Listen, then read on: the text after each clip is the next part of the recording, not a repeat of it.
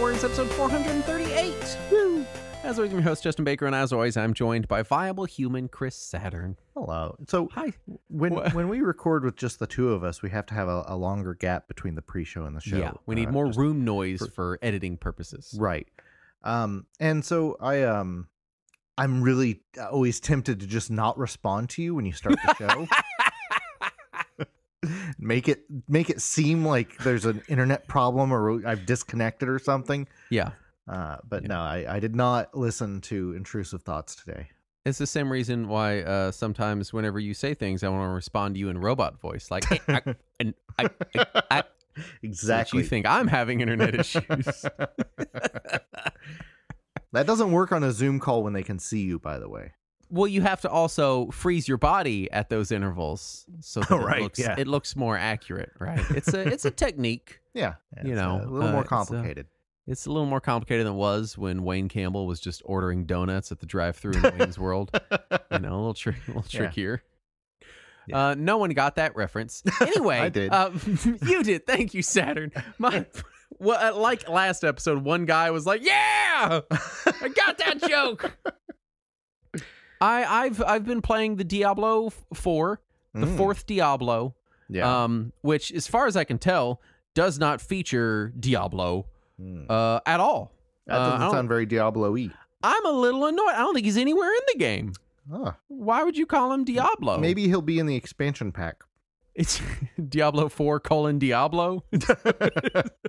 You'll have to buy the Diablo DLC for Diablo 4. So there's been some chatter in the Discord. Activision Blizzard King was the purchase with Microsoft is going through. Right. And so it's gone through now. They are in the process of everything merging and becoming one. Right. And I assume that's how they say it in their team meetings. Yeah. We shall become one. It's just Phil Spencer saying that. Everybody else is very confused. Yeah, everyone's very normal, and he's the inverse of CEOs, you know, where they're all weird to the public and then probably more normal behind doors. Right. He's normal to us, which is why I like him, but then to other CEOs, he's fucking weird. Phil just kept repeating, "All shall become Microsoft," in a really weird voice. I don't know what we should do about that. Anyway. So there's been talk of because as far as I know, no one on staff was playing Activision Blizzard King games because of our disagreements with the company. No, I wasn't playing them just because I don't like any of their right, games. you just don't like the games, but you get to get lumped in, with our altruism, just by virtue of not liking their shit. Right. But there's been discussion of like, hey, guys like, oh man, I can't wait to like play some StarCraft 2 again, and there's been Pablo's been saying like, yeah, I can't wait to get back into World of Warcraft, and then all stuff that we kind of veered away from because we were having disagreements with ABK and how they were running things. Yeah. And so I saw a guy had picked up Diablo 4, and I was asking him, like, how is it? Because not long ago, me and him were playing Diablo 3 on Switch, which I was heaping praise on. I was like, this is a fantastic controller-based action RPG. It's awesome. And he had barely started, so his verdict was, it seems good, but I'm barely starting it. And so I had just didn't follow any of the Diablo 4 release or anything because I wasn't going to get the game, so I didn't follow it. Right. And I had seen that it came out on Steam like right after the deal went through. Mm-hmm. And I was like, oh, good, Diablo games on Steam, and maybe possibly, more Blizzard games on Steam. Yeah. That would be nice. Right. It would be so cool to get World of Warcraft on Steam. Yeah. And immediately the reviews were very bad for Diablo 4. It was they didn't say mostly negative, but they said mixed. Yeah. And for people that don't know how Steam reviews work, seeing mixed is very bad. It means like a lot of people have been giving negative reviews. Right. And I was reading through them, and it had turned me off on the game entirely. And then guy was playing it. I was like, well, let me see how much it costs. And it's on sale for $40, and they have a free weekend. So I was like, well, I'll play free. I'll play the free weekend. Sure. I'll see how it runs on Steam Deck. And maybe it'll be, worth checking out, because I have heard that it is very MMO-like. Everything is very seamless. There's not different acts or anything. It's just, here's a world, jump into it and run around and do shit. Sure. And that is true in my experience so far anyway. It's literally just like you walk out the door and it's like you can just kind of keep going and doing shit and Nice. and there's things and activities put before you at all junctures, to the point that I noticed that there's a button I can press that just says skip campaign. I'm not joking. Nice. It is an actual button on my character I can click like at the menu that says skip campaign that just skips me right past the fucking campaign. Yeah. So if you just I've noticed some MMOs doing that too, but you have to pay for it. so if you just want to skip the whole, which I've thought about too, because I don't play Diablo games for the campaign. I don't give a shit. Yeah. It's all right. Yeah, which demon has shown up to take over the world now? Cool, awesome, whatever. And now they're dead. Anyway, the game itself is it's really good at the the like dopamine drip, Yeah. which is part of what I get out of action RPGs. Is that kind of it's the same thing I get out of Vampire Survivors. It's this like I've seen it described as like pinatas or slot machines. Like Right. everything you hit is a slot machine. And that's exciting to like my monkey brain. My monkey brain is like, hit thing, do violence, slot machine. Like that's exciting to me. Money pops out and then gore goes everywhere. Right, yeah. And then like that's what I'm there for, right? And as far as like a dopamine machine, it's real good at that. Nice. It is not as big and over the top and really simplified as Diablo 3 was. A lot of systems are more granular than they were in Diablo 3, but then also a lot of weird kind of systems that felt almost vestigial have been kind of shed away to reveal a little bit more pure of a core kind of Diablo-like experience. And I like that. Just kind of weird stuff, like, because Diablo 3 had a weird trajectory. Because not long after it came out, they really seemed to want it to be this sort of live service game, which sort of flies in the face of a very traditional, linear campaign style RPG. Right. It's just difficult to do that. So there were weird things that were like, in Diablo 3, you would have to upgrade all of your vendors. You'd have to go there and spend money to upgrade them to the next tier. And in a single-player campaign game, that makes sense. Right. In a live service game, it doesn't make sense. Because you really kind of want people to have access to the same vendors. So, like, when you started a new character, it's like, oh, you got to go upgrade your vendors. And it was just like this annoying thing you did that you got the money to do instantaneously. And just little shit like that. The little shit that was left over from the transition from, is this a traditional Diablo or is this live service? We don't know. We started it as one, but now it's become this other thing. Right. But then other things are gone. It's gone back to very traditional inventory systems. But the way the game works, you don't really do a lot of fiddling with your inventory. It's mostly just pick out the couple things you want and then hit the big giant junk everything button when you go back to town, and you just throw it in the fucking grinder, right? Right. So I have been having some issues with it because my concern was that there is no offline mode for this game. You cannot even log in to your character if it is offline. It is very much an MMO in that regard. And I'm playing it on Steam Deck, Right. which kind of sucks. I was also playing around with, like, what does it look like when I put my Steam Deck to sleep and I bring it back? Yeah. Because that's always a concern for me. Because games that are not, like, Steam Deck verified get kind of wonky with it. But, oh, hey, Diablo 4 is Steam Deck verified. Yeah. And I've never woken Diablo 4 up from sleep and had it function correctly. I've had it hard crash a couple times, Ugh. which is almost more convenient than what it did another time, which is kept me logged into the game and I could run around the world, but I could not interact with anything. I could not exit back to the menu and I could not reconnect to the world, so I had to force quit the game and then reopen it. So it skipped that. So what So you're when saying it is they're getting pretty fast and loose with that verified button lately. Yeah, I had complaints with Baldur's Gate 3, which I also reinstalled this week just to see how the performance is on the deck, and it's still very bad. I would rank it as very bad and ugly on deck. Oof. So yeah, it's getting to where it seems like for big AAA releases, they're real kind with that green check mark. Stuff that they really want people buying on Steam, They're really Right. nice about giving out those green check marks. Mm. And so it's like, obviously, yeah, I know that when I put my system in sleep, it breaks Wi-Fi connection. So yeah, Diablo 4 isn't going to work right when I come back. But it'd be Right. nice if it just like bumped me back to the main menu and I logged back in again, Right. as I would expect any MMO to do whenever you 'Cause lose connection. When I was playing Final Fantasy 14 on PS5, if I put my PS5 in sleep mode and came back to it, it wouldn't even take me back to the login screen. It'd just get me to the connect screen. I would already still be logged in. I would just Yeah. have to say connect to server and I'm playing. That's pretty much what D4 is, because there's the login is kind of on the back end. You log in okay. through It's it's like a tied to QR Steam. code. So it's just like you boot up Diablo 4, you get past the splash screen, Yeah. and it starts connecting. This says, hey, pick a character, and that's it. That's all Yeah, that okay. it does. So I'm kind of on the fence because my free weekend is now up. Yeah. I was enjoying the game, but I'm a little nervous about a game that is effectively an MMO, but then in the game, I don't know if I'm maybe it's because I'm in the free version or the trial version or whatever, but like, it doesn't feel like an MMO. I see other people sometimes, Right. but like not an MMO amount of people. One time I was doing an event and the guy ran up and did it with me, and then he ran off. And that was the entirety of my MMO experience in D4. I think you lost an M. And it's it's just MO. Yeah.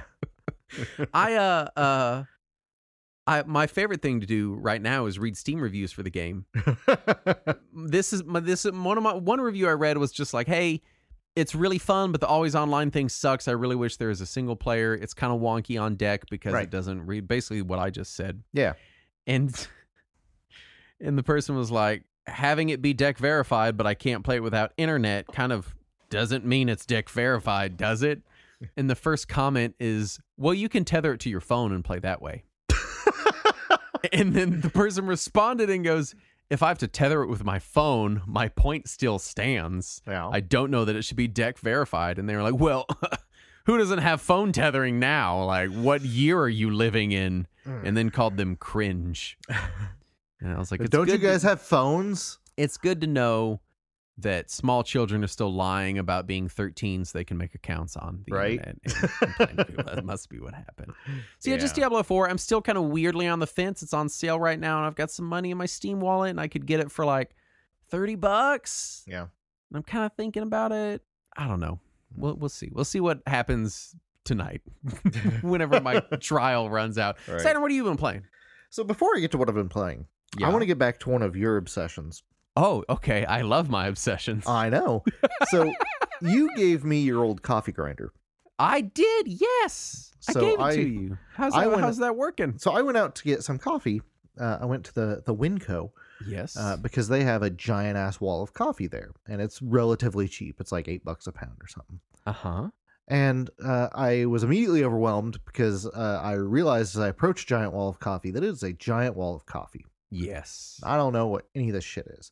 So just to play it on the safe side, I went with breakfast blend. Uh-huh. I think Safe it was choice. I think it was a mild roast breakfast blend, and I put some in the little baggie and I took it home. And after I got home, I realized I can't just pour this whole bag into the grinder. I got too many coffee. I've got to do this in sessions where I, grind it 5 or 6 times. And the first thing I learned is it terrifies my cat. She is absolutely terrified. of It's a that loud machine. ass grinder. Yeah. Because it is like it's not a cheap grinder, All right. but it's on the cheap end of expensive. Like it was like Sure. I think I paid $70 for that Right. grinder. And granted, this was years ago. It's probably way cheaper now. Hmm. But it's a flat burr grinder, Hmm. but then it's made of pretty cheap plastic. Hmm. So it has no insulation for the grinding that is Right, going yeah. on. It's just like And what's great is when I was putting the coffee in there, my cat is very curious. She was up on the counter smelling the machine. and I was like, you do not want to be near this, cat. You want to get away. And she was Yeah. very curious. So she was like right up there. And I was like, no, I'm about to hit the button and you're not going to want to be near this. And she's sitting there sniffing on it. And then I tried to hit the button and I didn't do something right. So nothing happened. Oh, you didn't have the little catch clicked all the way. Yeah, in. I didn't have the catch clicked it's real in. So fussy about that. So I'm sitting there trying to figure it out and like shaking the machine and like turning it around and looking at it. And then suddenly it comes on and she just like bolts across the room, like knocks shit off the counter. She did not like that. Anyway, Yeah. But as I am grinding this and realizing how many attempts of grinding I'm going to have to go through to get through this one little bag of coffee that I Well, bought. hold on a minute. Hold on. You're supposed to grind it as you make a pot of coffee. You grind a pot's worth of coffee and then put it in the thing. I You was don't just grind- grinding the whole thing and then putting it in the fridge like I do my normal coffee. No, you leave it in the hopper and then you're like, oh, I'm making coffee. I'll go hit the grind button, set to the number of cups of coffee I want to make, and it will make that many cups of coffee ground Interesting. because you want to use it while it's fresh ground. Oh, I see. That's Now I've learned another thing. Anyway, so as I am grinding all this coffee, a shitload of coffee, I am thinking to myself, well, what if I can't tell the difference between this and my regular coffee, and I just wasted all this time to grind coffee? Mm-hmm. And so I decide I need to immediately make a pot of coffee. Okay. And it was good. It was good coffee. Now I want you to remember how good that fresh ground coffee was, and then when you're reaching when you reach the bottom of that frozen bag and you're going, I don't know if this is as good as my other coffee. Remember, yes, this was ground a month ago. Yeah, so now I'll have to remember that. Yeah. But so far, the best part has just been my cat's reaction. I'd just like to say. Anyway, so yeah, I am still playing through Mario Wonder. I am near the end of the game because I'm still going pretty slow at it. I'm trying to finish it before I start Mario RPG, just because I fear that once I take the cart out, I won't put the cart back in. Did you see the Mario RPG review that I posted in the Discord? I don't know. Did I? Oh my God. It was an Amazon review and it was like, yeah. 1 star. Not the usual Mario where you jump and run on stuff. Every battle takes you to a different game and you have to pick stuff out of menus. Yeah. Bad game. Because he was expecting Mario rocket-propelled grenades. Yeah, that was my question. Is what did he think RPG stood for? Right. Yeah. So yeah, no, I'm looking forward to starting Mario RPG. I'm still trying to finish Mario Wonder. Some of the 2 and 3 star difficulty levels feel much harder than the 4 or 5 star difficulty levels to me, and I don't know if that's a me thing or if there's some wonkiness with their evaluations. And also some of the levels, not even the special world levels, because those are meant to be hard.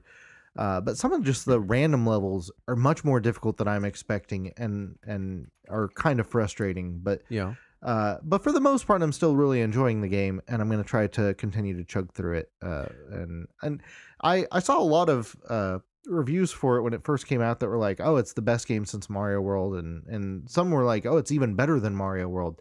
I don't think I'm ready to say that. I don't like, to me it's slightly better than most of the new Super Mario Brothers games, but I don't know that it's significantly better than them. It feels like one of the most inventive 2D Mario games in a while. There are some really pretty wild ideas there. Oh yeah, especially with the fucking magic mushroom seed thing. Yeah, that's what they call it, the magic mushroom seed. Now, so you have to finish Mario Wonder. And then you're jumping straight into Mario RPG. Yeah. And I think perhaps you've forgotten that in like 5 days, the new Dragon Quest Monsters comes out.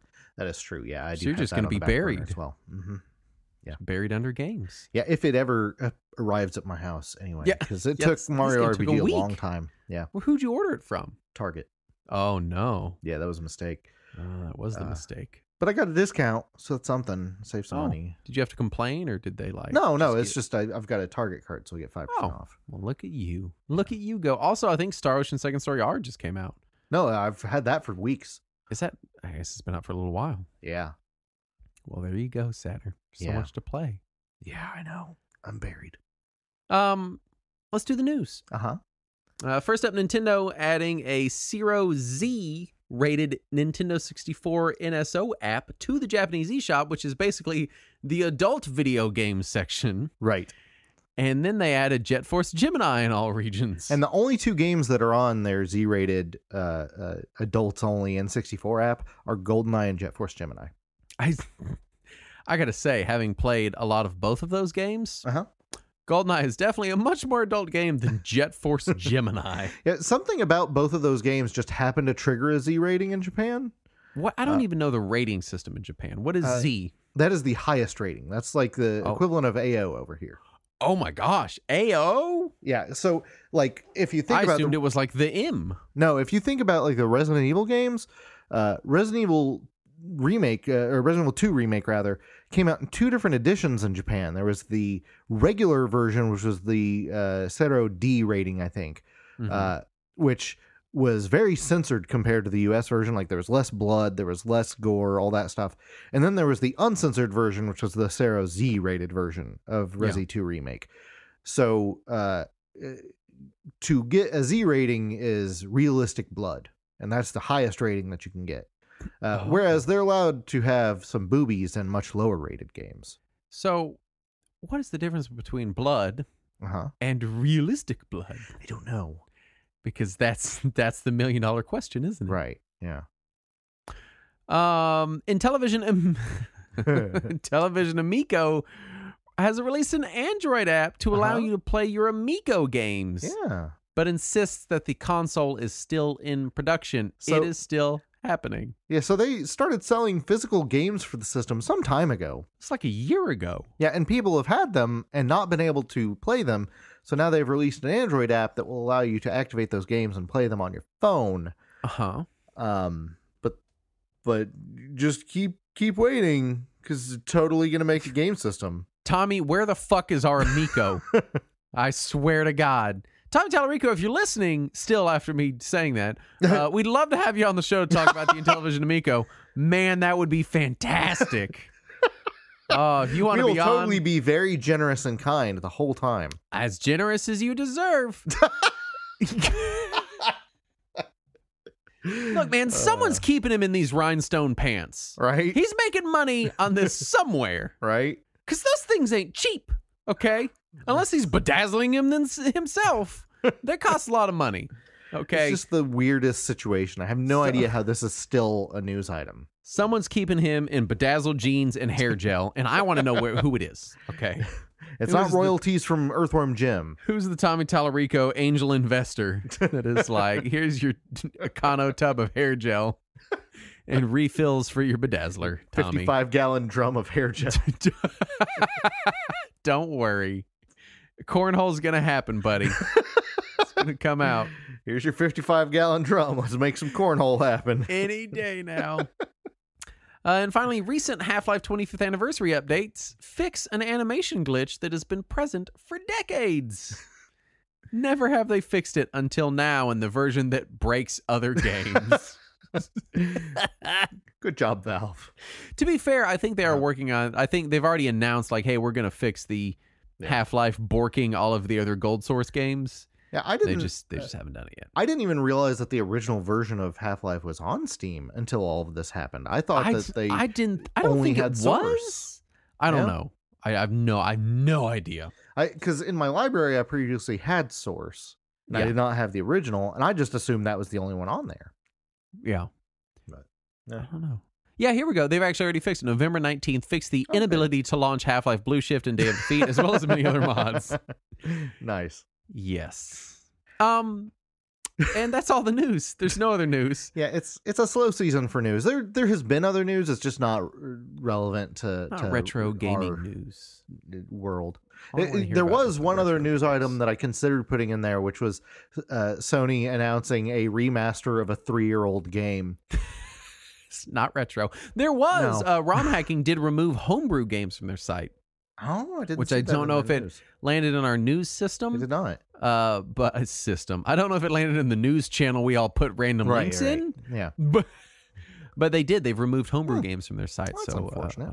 That's. I didn't even know they had homebrew. I thought it was. Yeah, just I used to always hacks. get my homebrew from Zophar's domain. That's how long it's been since I've hunted down homebrew. Still fucking up. Nice. Still there. Nice. Which brings us to our topic at hand, which is Square. Yes. The first in our multi-part shape series. Coming next week, triangles. Oh, I wonder what that one's going to be like. The most mysterious of the basic shapes. I can't wait till we get to dodecahedrons. The mysterious triangle. Of course, we're talking about Square as in Squaresoft, as in that Square. Right, yes. Who the originally other half formed of Square Enix. in September of 1983, but not founded as a company until September of 1986. Also legally founded in July 1966 due to a merger with a dormant company also named Square. Yes. Founded by Masafumi Miyamoto, no relation to the Miyamoto. No.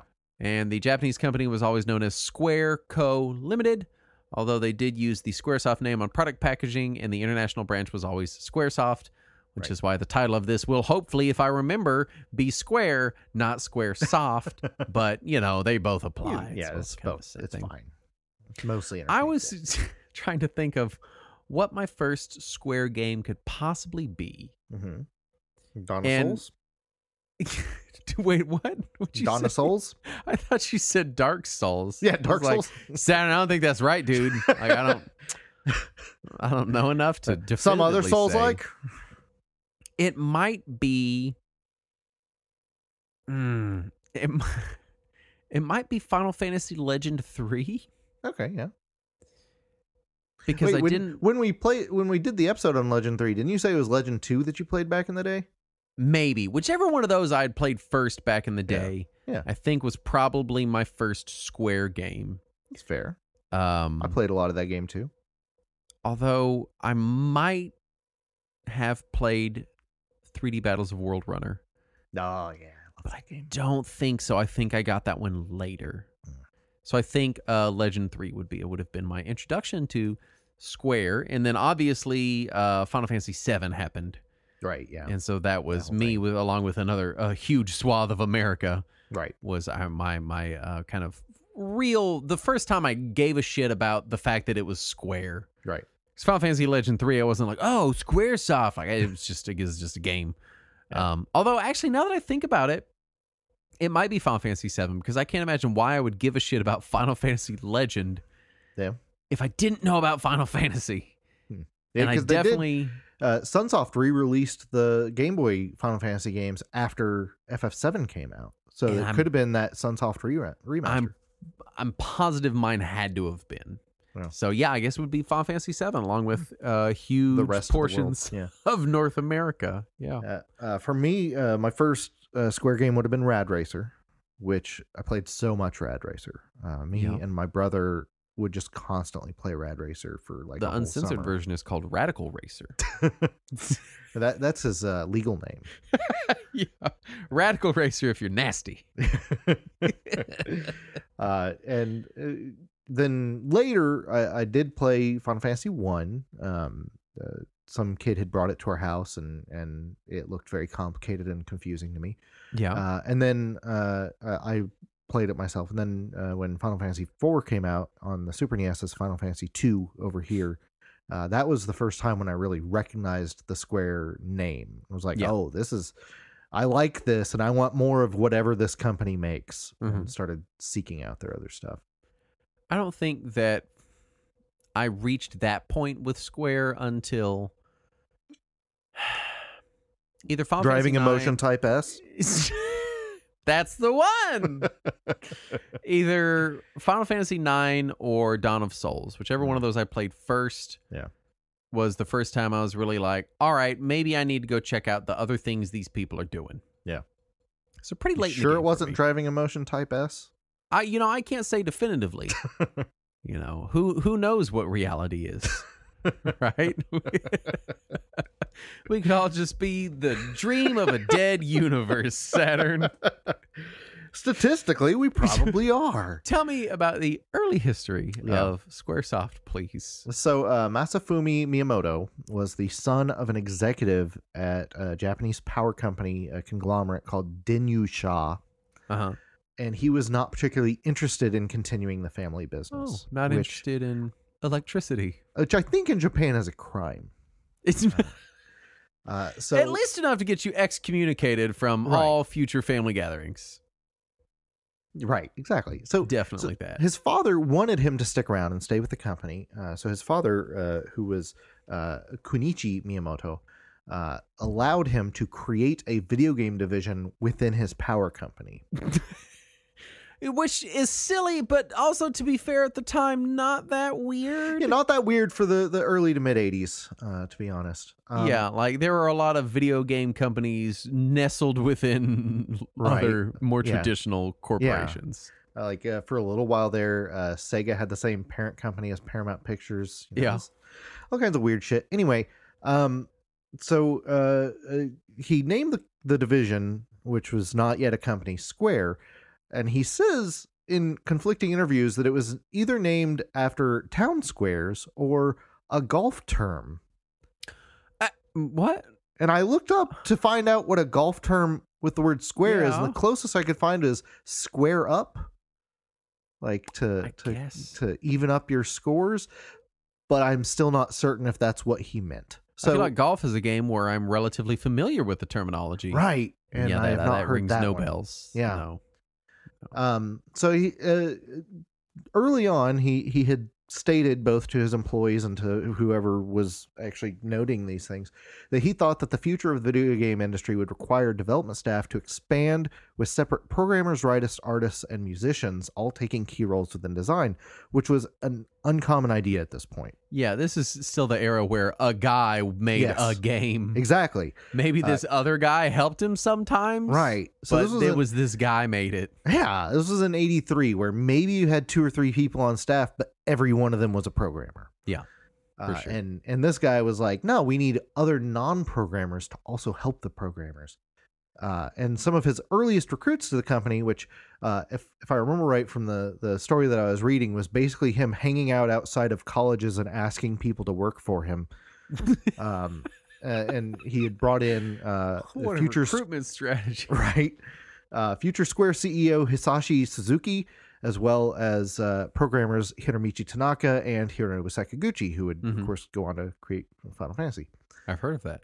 Yes. And their first game was called The Death Trap, which was published in October of 84. It's a text adventure that takes place in Africa during a fictional civil war. What country? I don't know. Man. Somewhere in Africa. A lot of dangerous ground being trodden upon here. Very sensitive. And it got a sequel.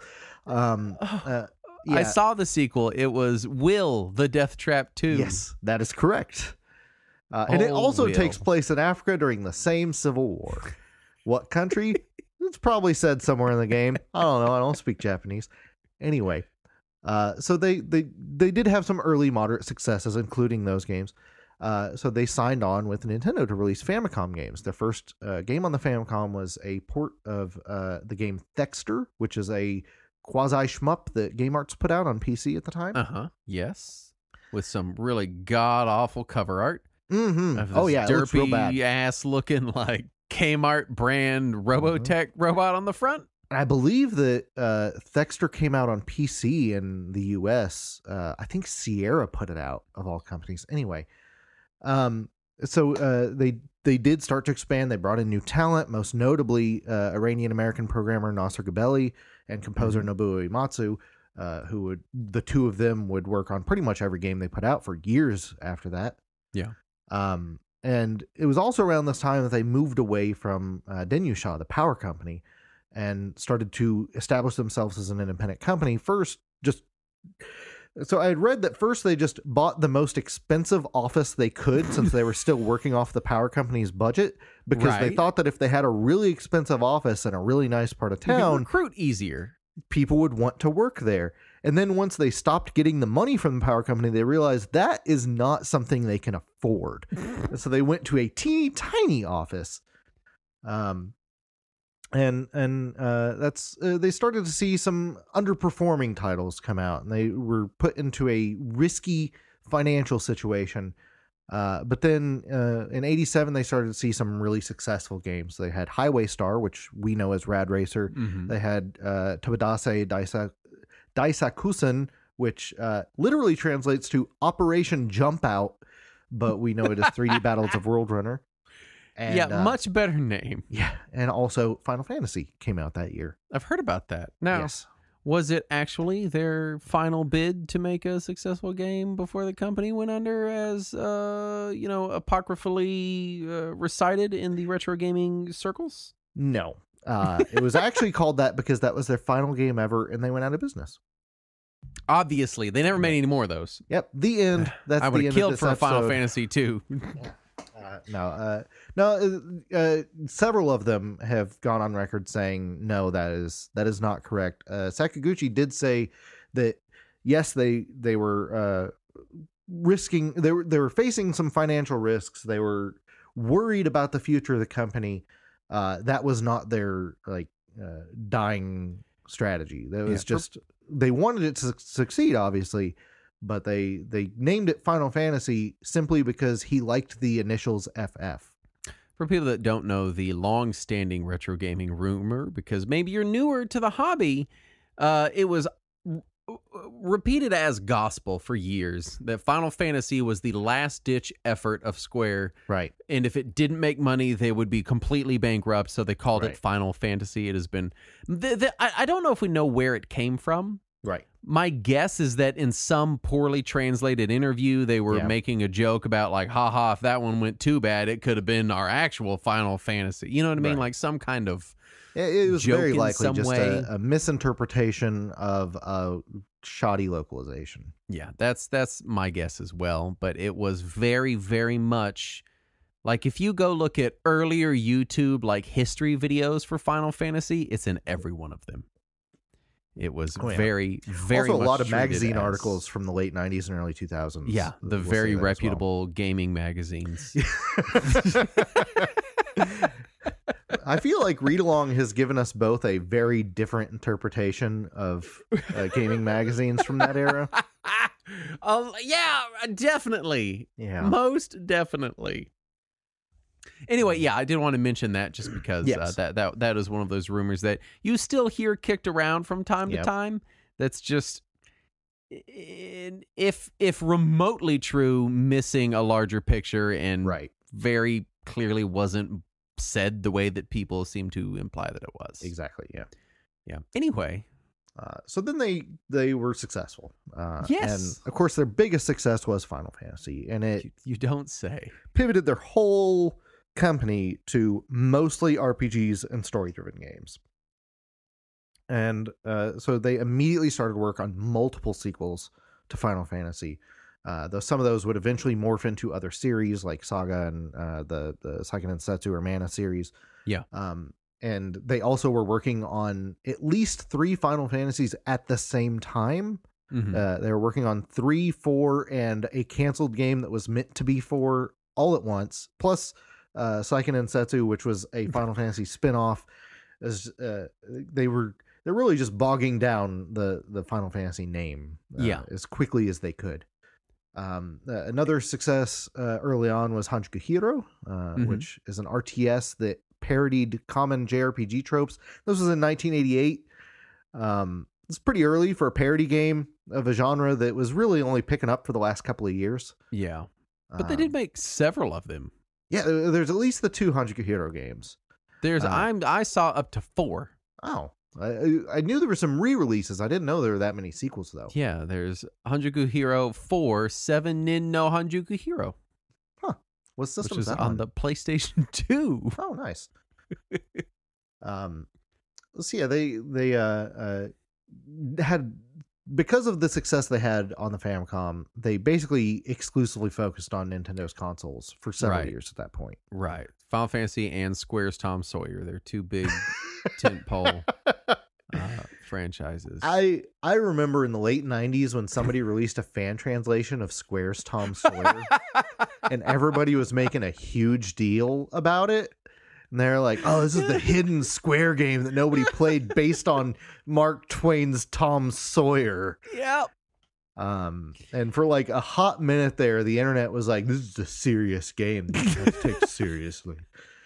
For people that think it's serious, I want you to go look at the Wikipedia article and see the caption under the only screenshot that says beneath it, in this battle sequence, Tom and Jim fight a snake. You think any of this is also super racist game? Yeah. Super ultra racist. In fairness, its source material is also super racist. It is, but there are some portions that it seems like they layered on a little bit of extra Japanese flavor racism that on is top very of it. True. You are correct, sir. Very weird, weird game. Yeah. So some of their getting back to the good games they put out. So Final Um, Fantasy 2. Yeah. is- Mm. So most of the stuff that they were putting out at this point was being developed by Nasser Gabelli, who I'd mentioned earlier. Notably, he had worked on Rad Racer, the 3D World Runner games, first 3 Final Fantasies, and Secret of Mana.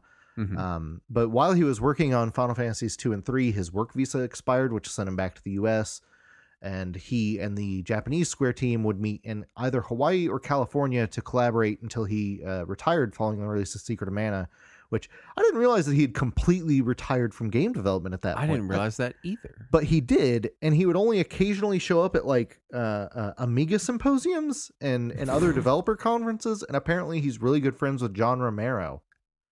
It's just weird shit. I do feel like it's kind of sad that Nasser Gabelli is not really remembered right. the same way. Now, granted, most of the other big names at Square are still at Square or tangentially related to Square or doing Right. Square Press. So, like, I get that, yes, they're going to get more attention because, Right. you know, a lot of them But, are and also he still left there. before FF7, which was the big one. Right. But still, it makes me sad that he yeah. doesn't seem to get as much attention Right? as I think he probably deserved. Yeah, absolutely. And because he was the sole programmer for many of those early games, and he absolutely deserves the attention. We just for it. happened to end up on the end of his career. Right. But I think he is still living in the U.S. I heard at one point he was living here in the Dallas-Fort Worth area. I don't know if that's true anymore. Or not. He attended an Apple II reunion in Dallas. Okay, yeah. This is 1994 to present, so it's a big window Right. of time. Yeah. You know, that 30-year period. He was interviewed by John Romero. He lives in Sacramento, California right now, he's back according in to California. Wikipedia, All right. where it says he has lived most of his life. Yeah. Yep. And apparently John Romero is the person who is the fan of Nasser Gabelli. Oh, nice. And John Romero wanted to meet him. That was Nice. his person he looked up to. Nice. And John Romero has cited Gabelli as like a big influence on his career. So I think Nice. that's, Well, I'm glad that he got some credit then. yeah, you know, that's something. Getting credit from John Romero, who will make you his bitch. I hope to God that is not how the interaction went. But I don't have a date range on when the interview took place. I like So to think it's- that the interview happened just after that ad campaign, and Nasser Gabelli gave him shit about it the whole time. It's not impossible that it came up. Going back to Secret of Mana, Mhm. the development of that game was originally intended for the Super NES CD-ROM, Mhm. which we all know how that turned out. And porting the game from CD-ROM to cartridge ended up costing Square a ton of money and also a ton of Nasser Gabelli's time, to the point where he dropped all other projects for the company just to Yeah. try to fit that game onto a cartridge. And because of that whole debacle was a lot of the reason why Square wanted to pivot to CD-ROM exclusively, Yeah. because they saw how much freedom they had for that brief window, that they wanted to get back to that as much as they could. Mhm. But I did want to talk about the Western branch for a second, because they started their Western branch back in '89, Yeah. which a lot of people don't realize because they didn't hear about them at all for a decade after that. Uh-huh. So Nintendo was still in the process of localizing Final Fantasy when they opened up their Western branch. And Nintendo was the one who published Final Fantasy. Square didn't have much to do with it in the West. Yeah. Their first game they released over here was King's Knight, Oh. which if you Oh, haven't that- played it, it's kind of a shmup and it's awful. That legendary title, Mhm. King's Knight. Which they followed up with the North American exclusive game Rad Racer 2. Which I love Rad Racer 2. It's a garbage game, but I I love don't. it. I've barely played the first Rad Racer, and I'm Mm. not positive that I've played the second one. I love it. It's just an Outrun clone. Yeah. Um, I do want to point out that the knight character in King's Knight was Mhm. named Ray Jack, yeah, Ray Jack. which I think is still one of the better hero names in video game canon. Yeah. What was the monster named? Barusa, Oh yeah, And the Barusa. the kid, Yeah, the kid thief, the Toby. kid thief was Toby. Ray Jack and Toby, never a more iconic duo. I have played more of that game than I care to admit. Um, So yeah, as we know, the Japanese Square was just constantly hitting success after success after success. Yeah. But North America wasn't.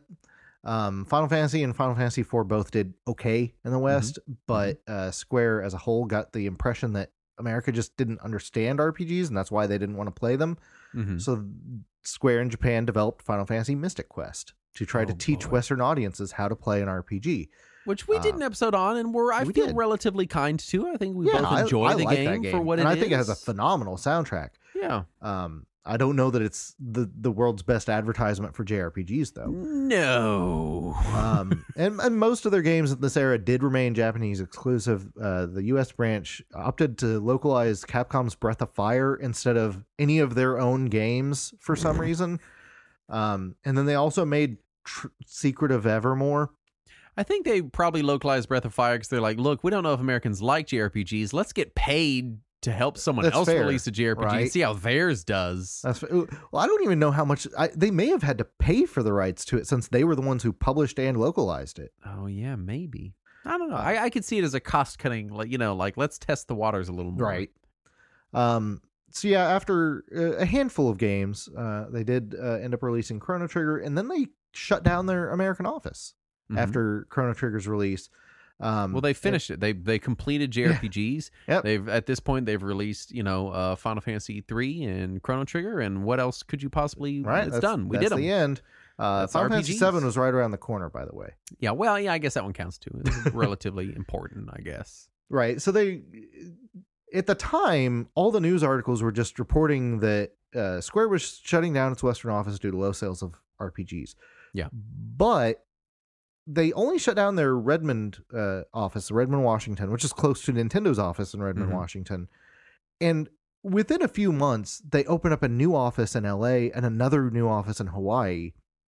So lies. Yeah, and Square has since gone back to say that they just wanted to restructure to be closer to Japan. So I don't know if they really were closing down their Western offices or not. It's hard to say. Yeah.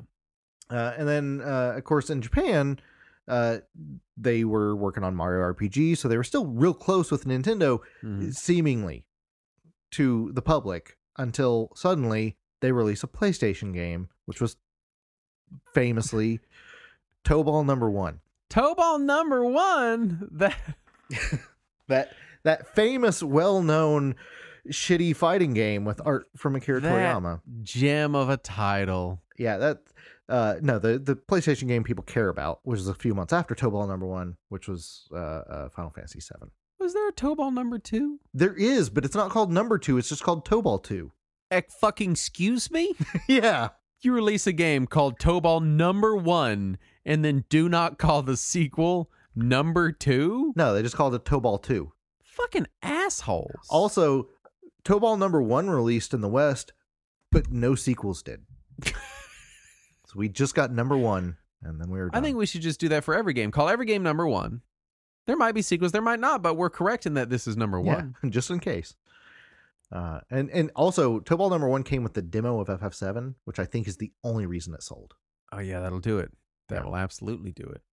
Yeah. Although it got good reviews. Game Informer gave Tobal Number 1 a 9. They're wrong. IGN gave it an 8.7. EGM gave it an 8.375. How many fucking people are reviewing this shit to get a digit like that? They would have 4 people all give a review, and then they would aggregate it. God. Next Generation Magazine gave it a 4 out of 5. The worst review anyone gave, according to Wikipedia, is GameSpot at 7.4. Well, they're all on drugs. It's the lowest review score. It is a mediocre 3D fighter that also had a quest mode, which was supposed to be RPG-like, but it's really more of a random dungeon crawler that is broken. Yeah. It's a cult hit in North America, Saturn. No, it's not. It's really cult not. Hit. Quote, establishes itself as a major player in an established genre with its innovative gameplay and unique graphic approach. I would like anyone to show up in our Discord and tell me if they really think Tobal Number 1 is a cult hit. And innovative. Anyway, we're on a tangent. What were you saying? Final Fantasy 7 came out, we guess. Yeah, that came out. Sony spent a healthy amount of money to secure the exclusivity of FF7, but they also paid to localize and publish it worldwide. And there was a massive advertising blitz to make people aware that Final Fantasy VII was not only coming, but it was PlayStation exclusive, Yep. which to a lot of people was confusing because if you had heard of Final Fantasy, the last one you heard of was 3, and if you hadn't heard of Final Fantasy, why is there a 7 at the end of it? But despite that, it did very well. Yeah. And Square developed a new division within the company called Aquez, which is a anagram of Square without the R.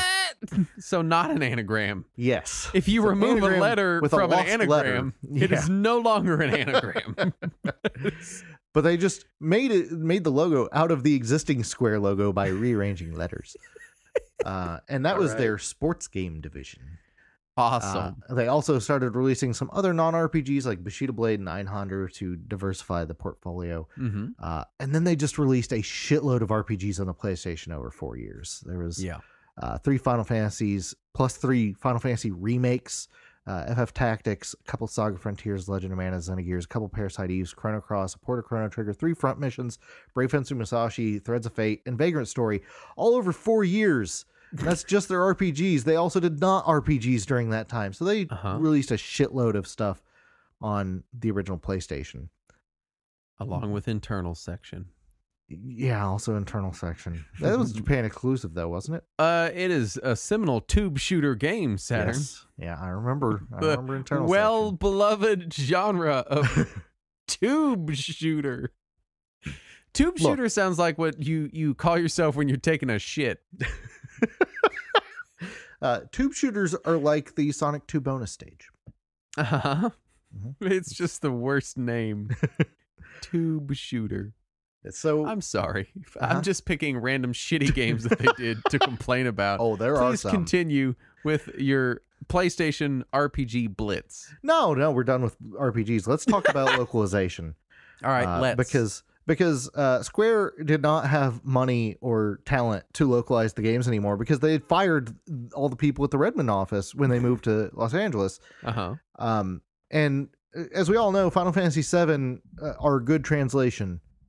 Yes. So they wanted to make sure that they had a little bit better quality than that. So they, of course, looked to the West to find a Western company that could help them, and they found Electronic Arts. Who at the time, good reputation. Oh, yeah. So Square and EA signed a multi-year deal to create 2 new companies. In the West, Square Electronic Arts would localize and publish Square's games in North America, while Electronic Arts Square would localize and publish EA's games in Japan. That's not confusing at all. I know. It makes so much sense, and I'm glad they did it. And that's why when you play any of their PS1 games, after the first couple, it'll say published by Square Electronic Arts at the beginning, because EA was effectively publishing their games. And they continued to do that until they merged with Square Enix, whereas EA Square would dissolve and Square EA would become the Western branch of Square Enix.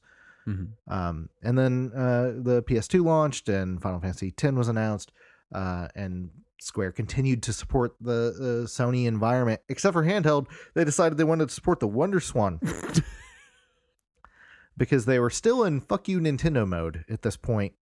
That weird ass love affair between the Wonder Swan and Square. And they put out a bunch of weird shit on there. Final Fantasies 1, 2, and 4, Front Mission, the second Hanjika Hero, and remakes of Final Fantasy Legend Romancing Saga. And then around this period, Enix was in talks with Square about a possible merger behind the scenes. Nobody was hearing about it in public, but they were talking about a potential merger because development costs were getting so high for both companies. Enix because they were running out of storage space for all the text files, and Squaresoft because of all the graphics and stuff. However, at the same time that Enix was proposing a merger, Sakaguchi within Square was pursuing his passion projects. 2 of them. One of them was an MMO based on Final Fantasy, and the other was a full-length motion picture. I want to say that I was not a huge Final Fantasy fan when 11 came out. I had played a couple of them. I liked them. I liked Dawn of Souls. Final Fantasy 9 was pretty cool, but I wasn't like a diehard. Yeah. But Final Fantasy VII created diehard Final Fantasy fans within my peripheries. Sure. Yeah. And while Final Fantasy XI, I feel, would go on to become kind of a beloved game, at the time, the Final Fantasy fans in my life did not angry? find it to be very beloved. No. Yeah. It was very divisive here in the West. And the 1-2 punch of the next mainline Final Fantasy being this MMO and also Spirits Within yes. felt like a lot of people felt like they were getting shit on right after they were like, Final Fantasy VII happened. That was cool. Couple more Final Fantasies. Now turd sandwiches for the rest of time. I'll be honest. I was one of those people because I had been a fan of Final Fantasy since the very early days. Yeah. And then suddenly they're telling me, oh, well, the next game's an MMO. And also we're pouring all of our money into this movie that is not interactive at all. And we don't know what's going to come after that. And so I was feeling a little jaded already, personally. But I did try Final Fantasy XI, and I enjoyed it a little, not enough to keep playing after waiting for a party for 45 minutes. In the realm of MMOs, it was very hard to play without a full party Keep in mind, at all. This was in the era where its competition was Ultima Online and EverQuest. I mean, there was other stuff then. Asheron's Call was out by then. I guess. There was Maple Story. This would have been 03 when FF11 came out. Just trying to think. In Japan, it was 02, I think. I don't know. I would have to look up a list, but I feel like there's. All right, here we go. List of. No, that's role playing games. Never mind. We're not going to go into it. Yeah. But okay. So anyway, so they're pouring money after money after money into both developing a full MMO, which they'd never done before, which very few companies had done before for that matter. True. And also developing this massive movie. And the movie was co-produced by Sony, but it cost them $137 million. Mm-hmm. And it was produced entirely within Square's Hawaiian branch. And it went on to gross $85 million. Which, for the not mathematically inclined out there, it lost money. that's less than $137 million. Lost a lot of millions of dollars. Yeah, and it had an all-star cast, and it flopped hard. And also, while it was flopping, Final Fantasy X was getting delayed, and Final Fantasy XI was continuing to cost more and more and more and more money. And Sakaguchi specifically was very demoralized because this movie was his passion project, and it was flopping.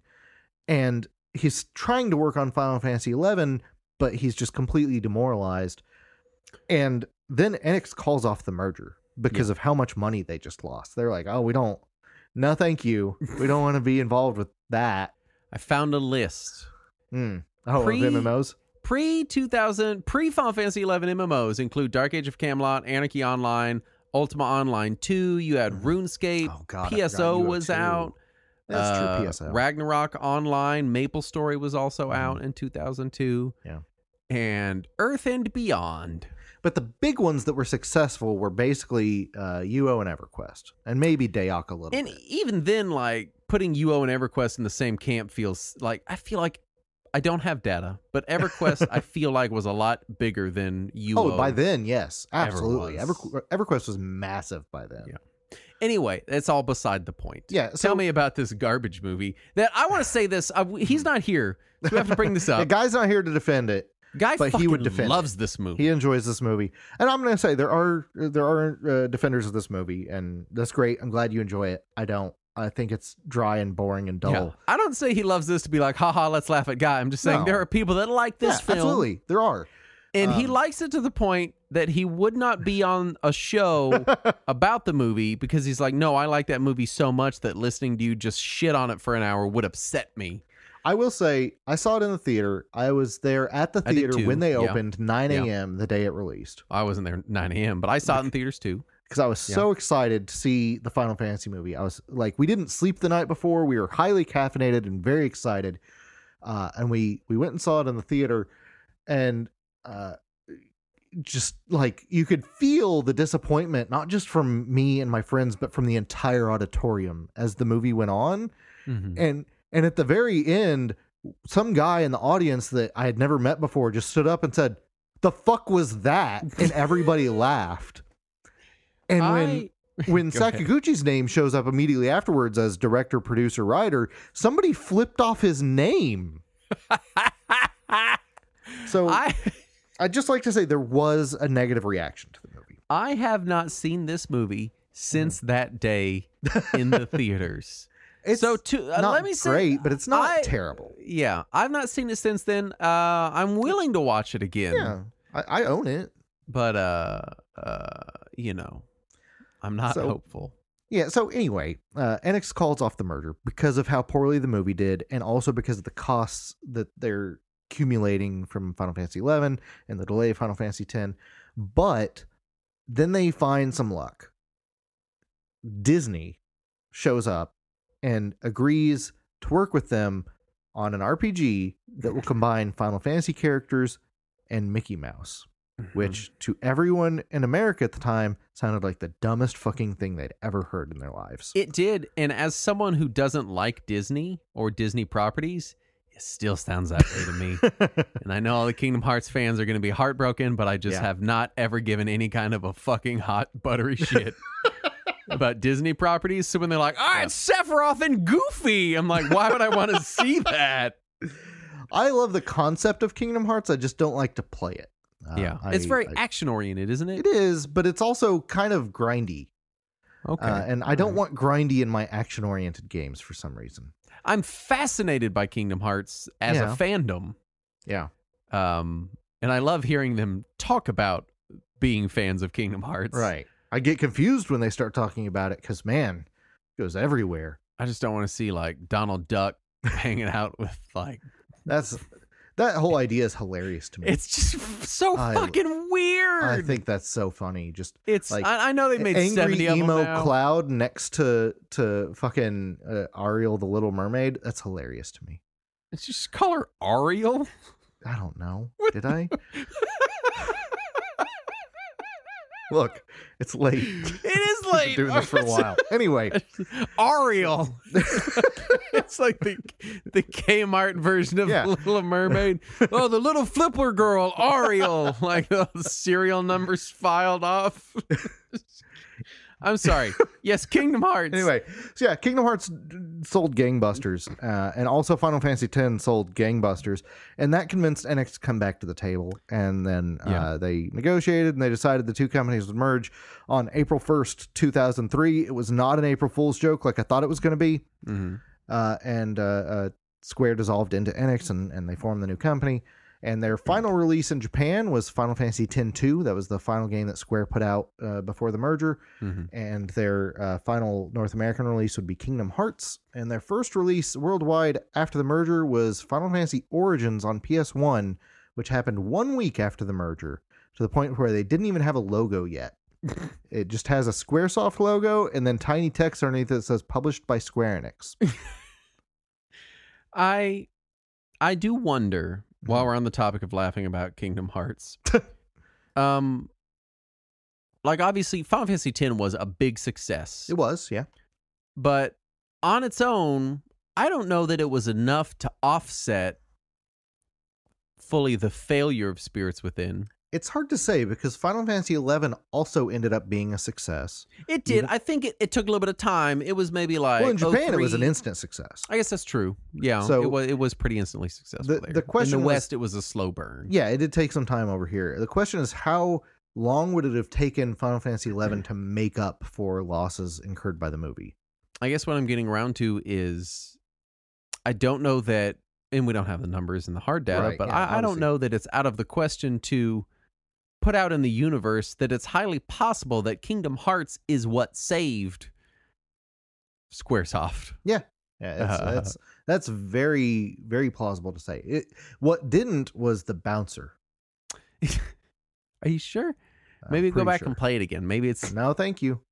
not as bad as you remember. I don't Saturn. have 45 minutes available in my day It could be to it- replay that maybe game. it's really good, man. It was not. It could be awesome. You know, so I don't know. It was just like Kingdom Hearts is a franchise that I forget even exists. Not because like I hate it or anything. I hate Disney shit, but like I don't have any problem with the games. I just they interest me as much as like the next Madden game. Like I know that it exists. I know people like it. It's fine that it's out there. I'm glad that people are getting what they want, but I forget about it constantly. It was huge. Yeah, it was the whole series was huge, but that first game was such a success that it really did. It feels like a make or break moment for them. Yeah. Especially with Enix already walking away from the table. Because like the rumor for years was always, well, Enix snapped up Square because of how much money they lost on Spirits Within. That's the opposite of what happened. They didn't want them anymore because of Spirits Within. Yeah. They had to be brought back to the table. Yeah. So it's hard to say what would have had, like, if Kingdom Hearts hadn't happened, would they have lost enough money that they would have just been snatched up by an EA or any other like that? Resident Mega Corpo at the time. They were already tight with EA at that point. So it's hard to say. Yeah, and so it's just I feel like the easy go-to is to say, well, Final Fantasy X turned it around. Yeah, and I think certainly it helped turn it around. But that was before the movie. Yeah. I mean, like Final Fantasy X had a tail on it, right? Like that game sold really well, and it sold really well for a long time. Yes, and was pretty much like the best looking PS2 game for a really long time. Yeah, it was up there anyway. And so I don't know. 10-2 happened. Then 10-2 happened, which at the time I remember everyone making fun of, but in retrospect, everyone's like, oh, it's the better of the two games. I hear that now. I haven't heard that far. I will say that it has the more interesting combat system of the two games. Yeah. Anyway, I think the final point here is that Kingdom Hearts saved Squaresoft. So there you go. It definitely looks like it. We would not have Square Enix today. Again, we cannot make that claim. We don't have the information for it, but I don't think it's absurd to postulate that. And I think Enix would have still stuck around. I don't know if they would have continued in video game development for much longer, if not for that merger. Just because it was costing them so much to make the games they wanted to make that I don't know they would have kept pouring the money into it. They could have just pivoted back over to manga production. It could be very possible that were it not for Kingdom Hearts, a franchise that since then has been kind of shit on. Kingdom Hearts fans have had a rough fucking ride, man. They have. I hear that most recent game was really good, though. I have heard that, but it was a long time coming. A lot of weird portable spinoffs. Hey everybody, Pablo the Editor here. Just wanted to let everybody know that the spinoffs Saturn just mentioned, the one for the portable consoles, aren't exactly spinoffs, but part of the main story, which may be why a lot of folks have a hard time following the plot, which, fair. But if you're interested, they do have comprehensive collections on PS4 that allow you to experience everything in order, including one that has every game. Or you can check out one of the many plot breakdowns on YouTube, including one done by one of my favorite internet personalities, Barry Kramer, who's also an editor. My favorite game in the series is 358 over 2 days. It's fantastic. Anyway, back to the show. And a lot of math-based titles, and so it's interesting to think that were it not for Kingdom Hearts, we might not have Final Fantasy and Dragon Quest games today. Right. Yeah, that's weird. It's very, very much within the realm of possibility. Yeah. Anyway, it's also within the realm of possibility that you go to our Patreon, patreon.com/Retro Warriors, and you can get stuff. What stuff, there. Justin? We read PlayStation Magazine on Read Along, and man, that was weird as fuck. You know what? It was still less weird than Xbox Magazine. Less aggressive than Xbox Magazine, anyway. Yeah. We're learning a lot about what gaming magazines used to be. Yeah. I don't think we've yet to read a PC gaming magazine from the early aughts era, did we? Yeah. Because those were crazy thirsty. We read a PC Gamer from that era. Like, those had to have been written by horny teenagers. It's the only people that were as horny as some of these gaming magazines are. So you can go get that. We've got uncut versions of this show. You've got. I would like to note that the least thirstiest magazine that we have read is the one that is published by Larry Flint Productions. Well, they get it all out over there. Yeah, they get it It's all all out out- in Hustler. It's all out of the system, and then when they Right. come here to talk about the video games, it's all business. Yeah, It's business town over here. it's business time. We want to thank the following patrons for giving us money, starting with Jonathan Meisner, And free Yuji Naka, Dan, the longtime listener, longer time cheapskate. Eric Dibert. My love for you is like a truck berserker. Would you like be make anyway?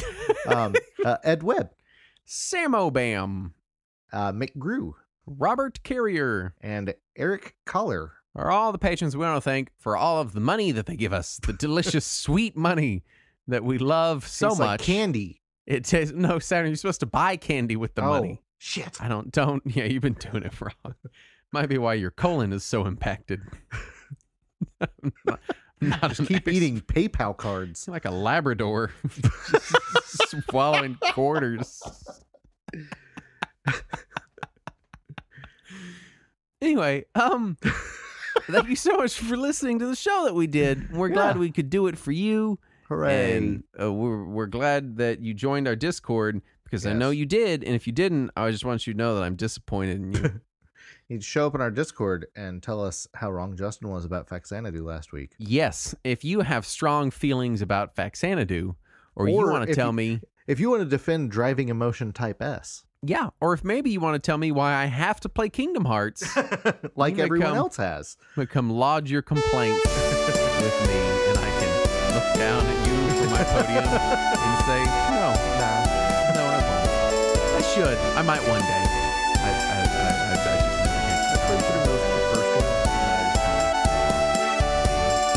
like if I could like mod out all the Disney characters. Maybe just replace them with like other characters, like Hanna-Barbera characters or something.